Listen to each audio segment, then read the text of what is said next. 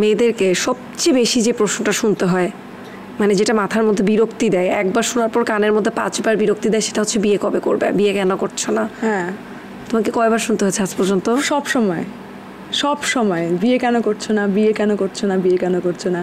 আত্মীয়রা বলছে কেন আনিকা বিয়ে করছে না। কি উত্তর দাও তখন?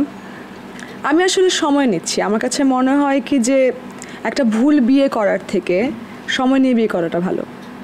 এটা হয়তো অনেকে মনে করে যে হ্যাঁ মেয়ের বয়স হয়ে যাচ্ছে, কেন মেয়ে বিয়ে করছে না, ও মেয়ে মনে হয় মিডিয়াতে কাজ করে এই জন্য মনে হয় ভালো ছেলে পাচ্ছে না, ভালো পাত্রর প্রস্তাব পাচ্ছে না। এমনটা কিন্তু আসলে না।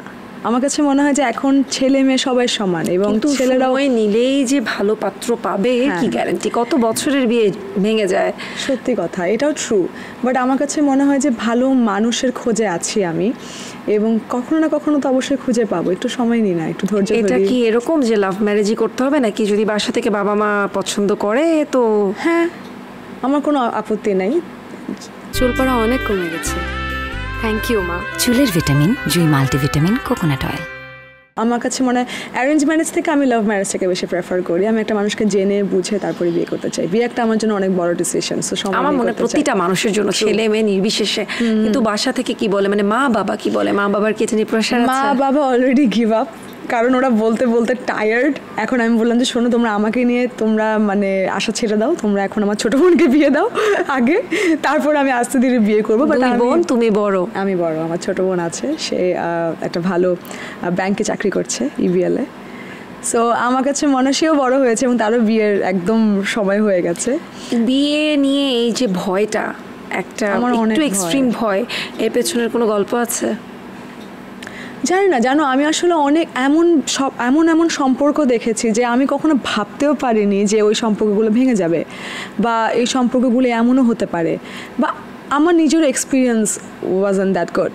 সো আমার কাছে মনে হয় যে আমি এটা ভয় পাই যে আমি কি দিন শেষে বিয়ে টিকিয়ে রাখতে পারবো, বা আমার মধ্যে কি সেই মানে ক্যাপাবিলিটি আছে, বা আমার পার্টনারটা কি ভালো হবে। তুমি রিলেশনশিপে নিশ্চয়ই ছিলে এত বছরের মধ্যে, তো তখন কি মনে হয় যে সম্পর্কটা টিকিয়ে রাখতে পারেনি কে, তুমি নাকি তোমার যে পার্টনার ছিল তখন? সময়। আমাদের সম্পর্কটা সময় টিকিয়ে রাখতে পারেনি। আমাদের সময়টা ভালো ছিল না। আমরা দুইজনই অনেক চেষ্টা করেছি এবং দুইজনই এখনও ভালো বন্ধু, কিন্তু আমাদের সময়টা আমাদেরকে আসলে সাপোর্ট করেনি। ছেলে মেয়ে নাকি কখনো বন্ধু হতে পারে না, প্রাক্তন প্রেমিক প্রেমিকা তো পারেই না। সেখানে কি এখনো আশা আছে? আশা আর নেই। আমার ছিল, আর শেষ পর্যন্ত ওই আশাটাও আর নেই। মানে কি শেষ পর্যন্ত নেই মানে কি? তাহলে তো কোনো একটা দিকে বিয়ের ব্যাপারটা চলেই আসে। Not like that. একটা পর্যায়ে আমি অনেকদিন আসলে আমি বলবো যে ওই সম্পর্কের ভাঙার পিছনের দোষটা আমি নিজেকে দোষী মনে করি, এবং সেই ক্ষেত্রে আমার কাছে মনে হয় যে সে এখন যেমন আছে, যেভাবে আছে, সে ভালো আছে, এবং তার ভালো থাকাটা দেখতে আমার ভালো লাগে। যে হয়তো সে আমার সাথে ভালো ছিল না, আমার বন্ধু বান্ধবরা বা আমার আশেপাশের যারা আমার পরিচিত কাছে তারা তাকে চিনতো, এবং আমার কাছে মনে হয় না তোমার ওভাবে তোমার চেনা জানার মধ্যে কাছের খুব কাছের ছিল। সো এই তো আমি বলবো যে সে এখন ভালো আছে এবং তার ভালো থাকা দেখে আমার ভালো লাগে।